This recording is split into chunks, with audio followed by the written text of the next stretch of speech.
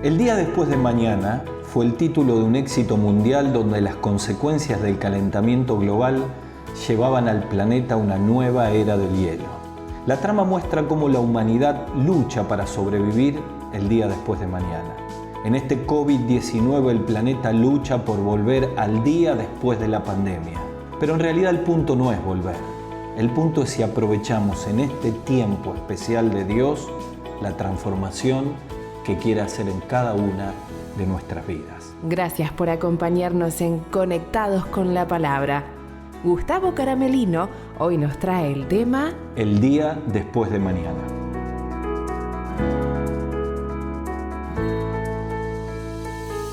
¿Cómo les va? Queremos saludarles a todos en el nombre del Señor y estamos felices de estar juntos de nuevo a través de este medio.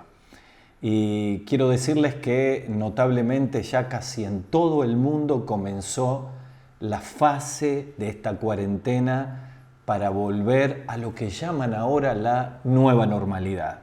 Nos hablan de antigua normalidad los infectólogos, los gobernantes, los dirigentes y una nueva normalidad. ¿Y por qué hablan de una nueva normalidad? Porque en todos los ambientes y en todos los lugares se está hablando de protocolos de sanidad. Los comercios, las empresas, en esta flexibilización que se está haciendo de la cuarentena, tienen que tener una nueva normalidad con protección, con cuestiones de higiene.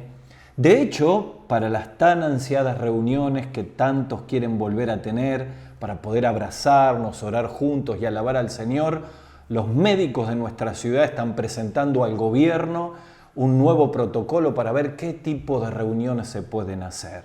Es como si todo el mundo cuando nos saluda, cuando nos manda un audio, dice ojalá volvamos a la normalidad. Y parece que hay un anhelo de volver a la antigua normalidad. Y la propuesta es una nueva normalidad. Es como si todo el mundo se va preparando para lo que va a ser el día después de la pandemia.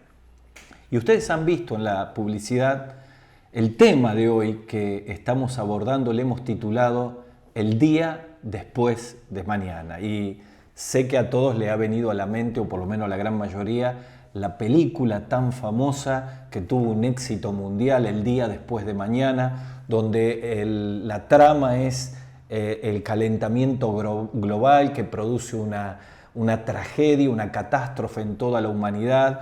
Parte del hemisferio norte se congela, entra en una nueva era del hielo y los habitantes, toda la trama se concentra en Nueva York y allí tratan todos de sobrevivir y se meten adentro para no quedar congelados y todos esperan el día después de mañana, el día después de la catástrofe. Y yo he titulado este mensaje El día después de mañana porque creo firmemente que esta cuarentena es una gran oportunidad en esto de la serie Crisis y Oportunidad. Es una gran oportunidad para prepararnos para el día después de mañana de la cuarentena. ¿Cómo será el día después?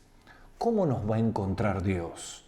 ¿De qué manera esta situación tan increíble y que ha transformado la vida de toda la humanidad como un acto soberano de Dios puede producir en mi vida que no vuelva tal cual vinimos antes, sino que haya profundos cambios en cada uno de nosotros? Yo les quiero decir que cuando uno habla del día después de la mañana, puede pensar en tres posibilidades.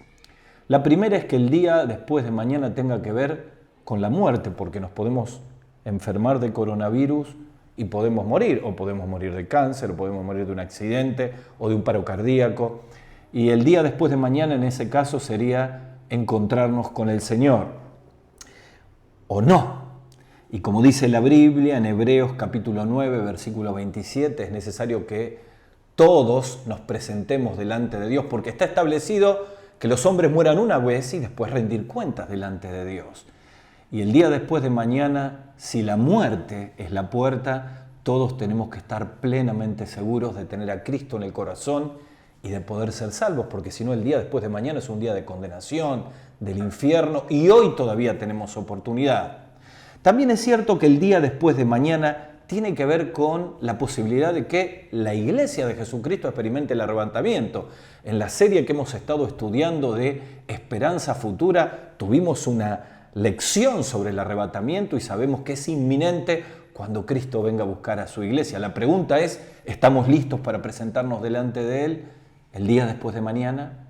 Pero también el día después de mañana puede ser el fin de la pandemia. Y la pregunta es, al volver como iglesia, al volver a la vida y a la nueva normalidad, ¿qué espera Dios de nosotros? Y sabe, yo les quiero llevar al profeta Miqueas. He estado haciendo nuestros devocionales en los profetas menores y en Miqueas capítulo 6, versículos 6 al 8, el profeta Miqueas, para los que no conocen, Miqueas es uno de los 12 profetas menores, le tocó profetizar en medio de una inminente invasión de los asirios al reino del norte en Israel. Le tocó predicar y traer el mensaje de Dios en medio de una gran injusticia social. Había opresión de los poderosos a los más pobres, había opresión de los gobernantes, había una gran incertidumbre, había una gran angustia, había pobreza. Y en medio de toda esa injusticia social, Él trae un mensaje directo de Dios. Hay muchas similitudes con esta situación de la pandemia que estamos viviendo. Y dice en Miqueas capítulo 6, versículos 6 y 8, ¿con qué me presentaré ante Jehová? Y adoraré al Altísimo. Me presentaré con holocaustos y con becerros de un año. Y dice el versículo 8, oh hombre, Él te ha declarado lo que es bueno. Y escuchen, ¿qué pide Jehová de ti? Y aquí aparecen tres cosas que nos van a llevar a tres preguntas para el día después de mañana, cuando termine todo este COVID-19. ¿Qué espera Dios de mí? ¿Qué espera Dios de la iglesia? ¿Qué espera Dios de los cristianos? Tres cosas. Solamente uno, hacer justicia. Dos, amar la misericordia. Y tres, humillarte ante tu Dios. ¿Saben? Este capítulo 6 y este versículo 6 y 8 nos pone en contexto para tres preguntas que tenemos que hacernos para el día después de mañana, para el día después de la pandemia. Y yo aquí en estas tres declaraciones de Miqueas siento como que Dios nos está confrontando a hacernos tres preguntas. La primera pregunta es ¿quién es Dios? Y esta pregunta se la hizo un religioso, Saulo de Tarso, en Hechos capítulo 9, versículo 5. La segunda pregunta es ¿quién soy yo? Es una pregunta que tenemos que hacerla antes del día después de mañana. Esta pregunta la hizo el rey David en 2 Samuel 7:18. Y la tercera pregunta, para estar preparados para el día después de la mañana, es ¿quién es mi prójimo? Y esto lo hizo un intérprete de la ley en Lucas capítulo 10, versículo 27. Las tres declaraciones de parte de Dios a través de Miqueas para el pueblo se conectan con estas tres preguntas. ¿Quién es Dios? Tiene que ver con mi relación con Dios. ¿Quién soy yo? Tiene que ver con la transformación que Dios quiere hacer en esta pandemia para el día después de mañana en mi vida. Y la tercera pregunta, ¿quién es mi prójimo? Y tiene que ver con la misión que tenemos como cristianos, como iglesia, en este tiempo tan especial. Entonces, número 1, ¿quién es Dios? Número 2, ¿quién soy yo? Número 3, ¿quién es mi prójimo? Vamos a la primera, ¿quién es Dios? Entre las tres frases que hemos visto aquí en el versículo de Miqueas, hacer justicia, amar misericordia y humillarte ante Dios, como los tres reclamos, los tres desafíos que Dios nos está haciendo, hay una que dice humillarse ante Dios. Y esto tiene que ver con esta pregunta de quién es Dios y tiene que ver con la relación. Es una oportunidad extraordinaria esta pandemia antes del día después de mañana, cuando volvamos a la normalidad. Resetear, rehacer, reenfocar nuestra relación con Dios. Miren, la traducción correcta en el original allí, humillarse ante su Dios, podría ser caminar humildemente con Dios. Es la idea de alguien que decide tomarse de la mano con Dios a través de una relación.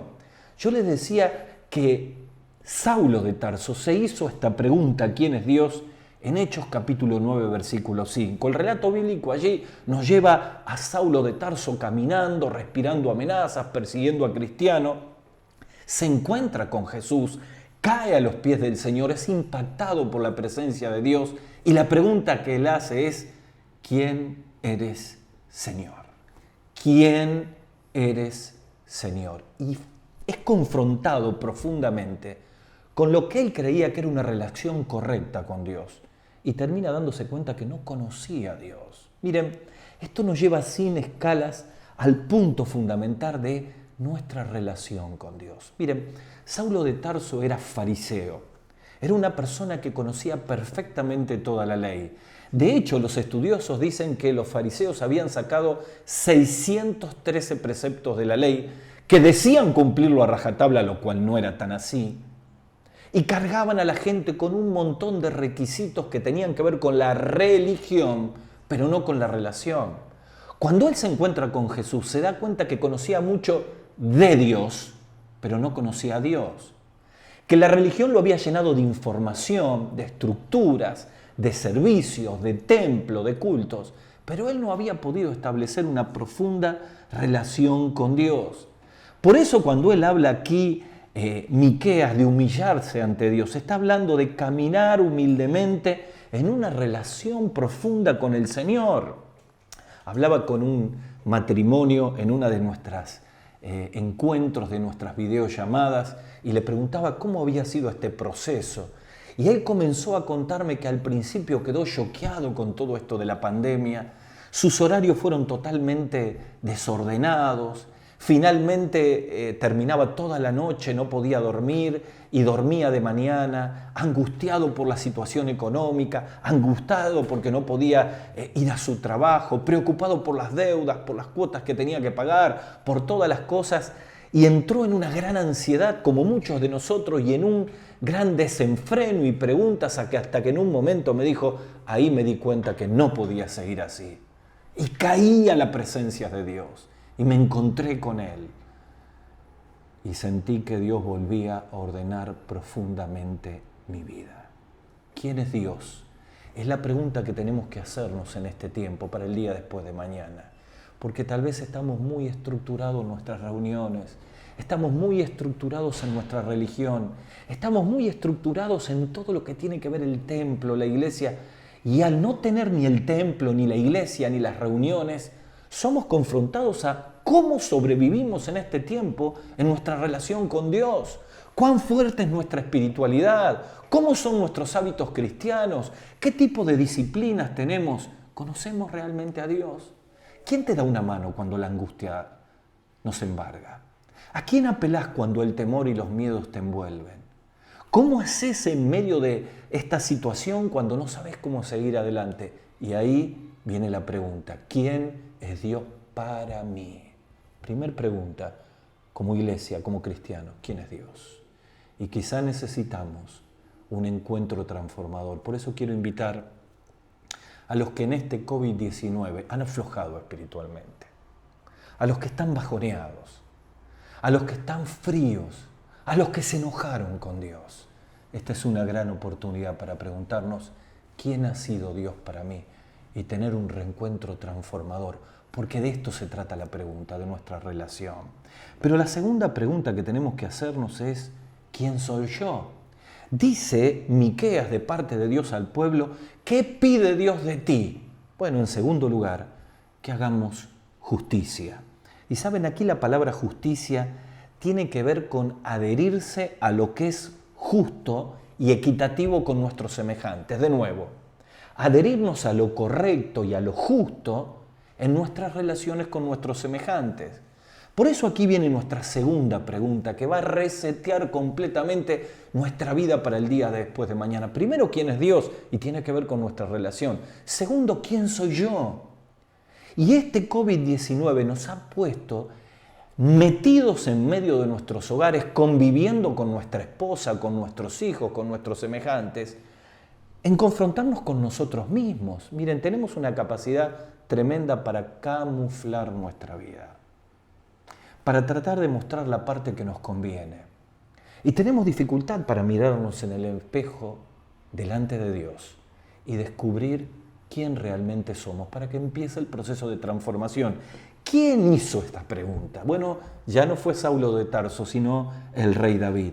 En 2 Samuel capítulo 7, versículo 18, se pregunta David, ¿quién soy yo y quién es mi casa? ¿Por qué ocurre esta pregunta? Bueno, precisamente porque David tenía en el corazón construirle un templo a Dios. Se lo comparte al profeta Natán. El profeta Natán le dice, haz todo lo que está en tu corazón. Pero después Dios viene al profeta y le dice, no señor, David no va a poder levantar el templo. Sus manos están cargadas de sangre. Será su hijo Salomón. Y entonces Dios viene y le promete a David que Dios le daría a su descendencia perpetuidad y que alguien de su descendencia, que sería Salomón, sería quien construiría el templo y él tendría la oportunidad de preparar las cosas. Al confrontar frente a un Dios que le daba esta oportunidad a David, queda al descubierto a lo que él es, que de hecho lo expresó en muchísimos salmos. Queda descubierto su humanidad, queda al desnudo delante de Dios. Y entonces se pregunta, ¿quién soy yo para tener este privilegio y esta bendición? Y saben, queridos, aquí hay un punto importante. Esta pandemia nos ha dado la oportunidad de confrontarnos con lo que nosotros realmente somos, con las debilidades que tenemos, con nuestras propias miserias. Miren, yo he experimentado en estas semanas como nunca el impacto de la presencia de Dios, dejando al descubierto todas mis carnalidades, mis orgullos, mis malas motivaciones. Miren, muchos de nosotros seguimos atados a nuestros vicios. Sí, seguimos atados a nuestros vicios. Seguimos atados a nuestro orgullo. Seguimos negando quiénes somos.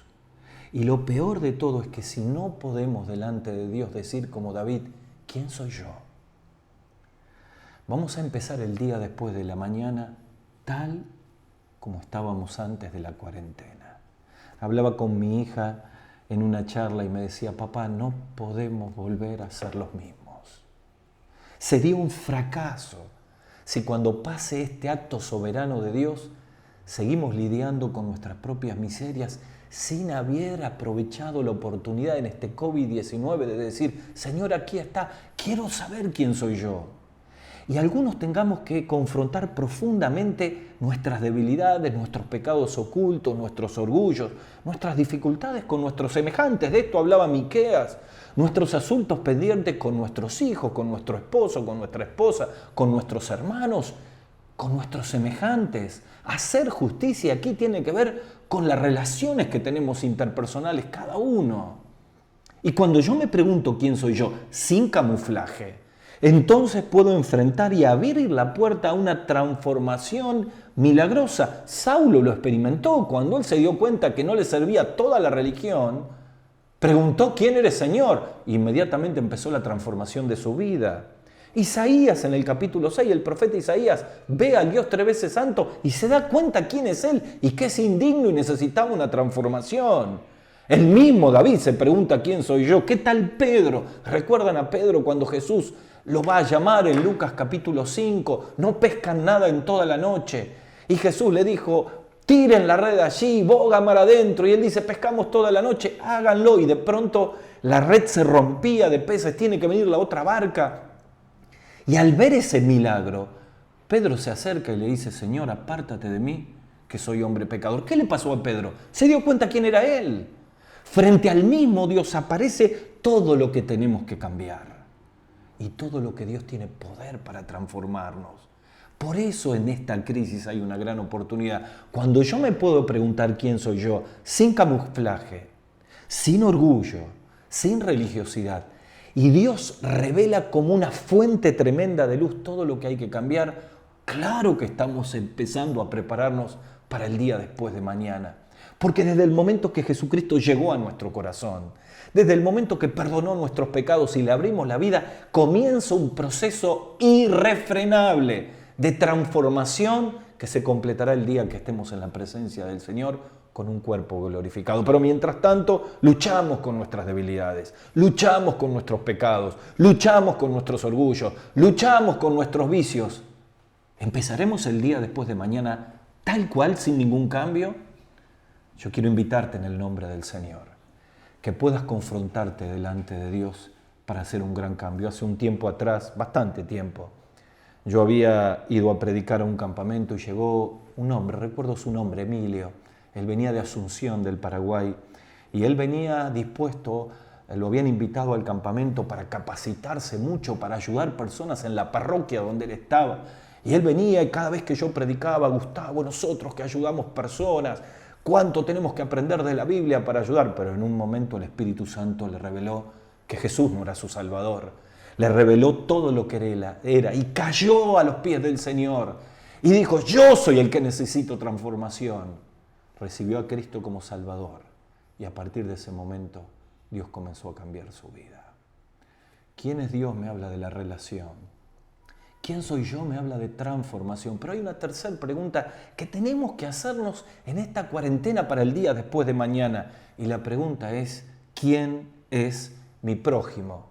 Miqueas, en aquel versículo maravilloso que hemos leído, capítulo 6, versículo 8, decía, hombre, ¿qué te ha declarado lo que es bueno, Jehová? ¿Y qué pide Dios de ti? Solamente hacer justicia, amar la misericordia y humillarte delante de Dios. Amar la misericordia. Saben que la palabra hebrea, misericordia allí, se traduce como una misericordia que está envuelta de benevolencia, de amor afectivo. Nos indica a ser sensibles ante el prójimo.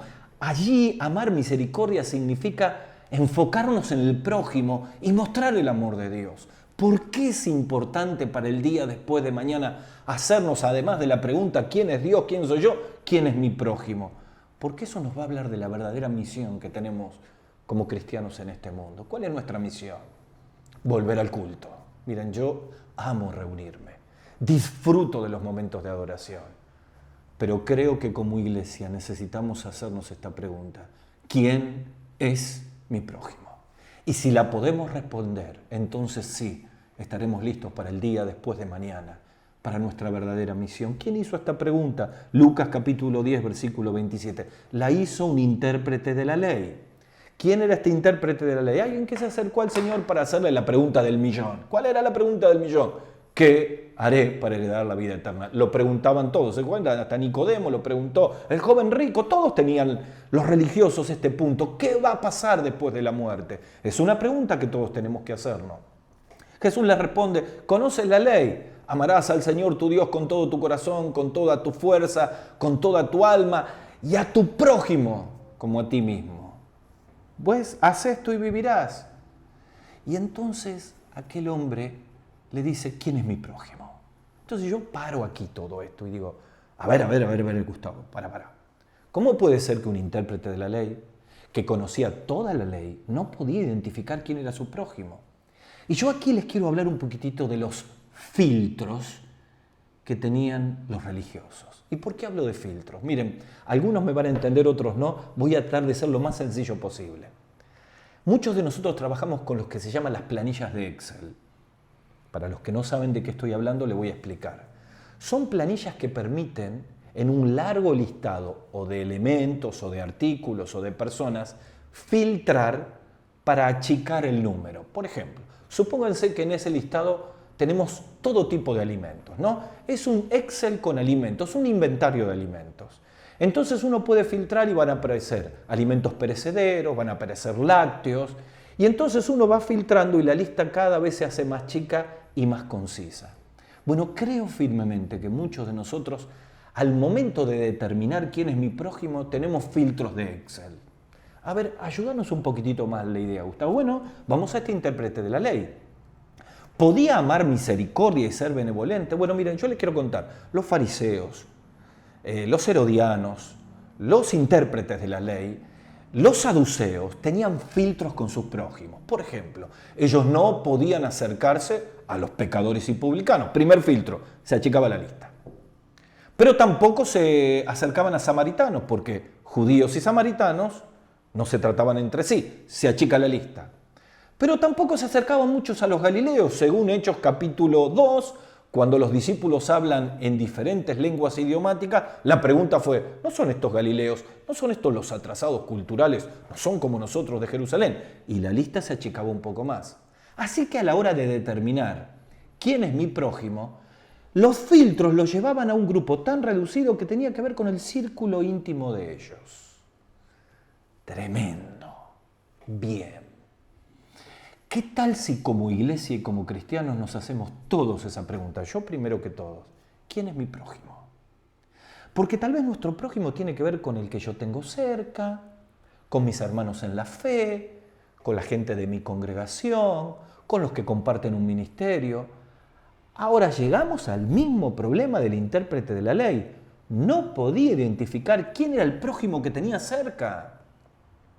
Y creo que este tiempo de la iglesia después del COVID-19 puede convertirse en un fracaso si solamente enfocamos nuestra vida a nuestras reuniones, a nuestro entorno, a nuestra comunidad. Pero Gustavo, ¿no dice la Biblia que tenemos que hacer el bien a todos, mayormente a los de la familia de la fe? Claro, pero en el amor al prójimo y en el hacer discípulos de Mateo capítulo 28, necesitamos ampliar el radar de nuestros prójimos.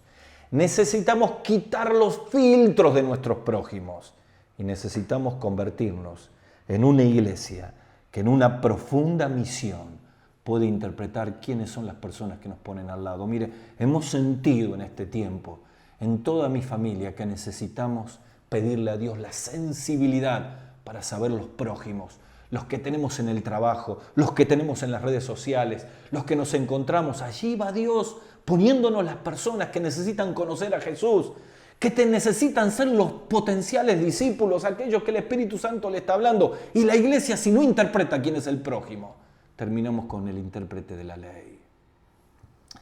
¿Qué espera Dios de ti? Dice Miqueas, ¿con qué me presentaré ante el Señor? ¿Cómo será nuestro día después de mañana? ¿Vendré con lo mismo? ¿Con sacrificios, con cultos, con reuniones? ¿Será la antigua normalidad? ¿O el día después de mañana nos va a encontrar enfocados y respondiendo a estas tres preguntas? ¿Qué pide Dios de mí? Cambia el ti por mí. ¿Qué pide Dios de Gustavo? Hacer justicia, amar la misericordia y humillarme ante Dios.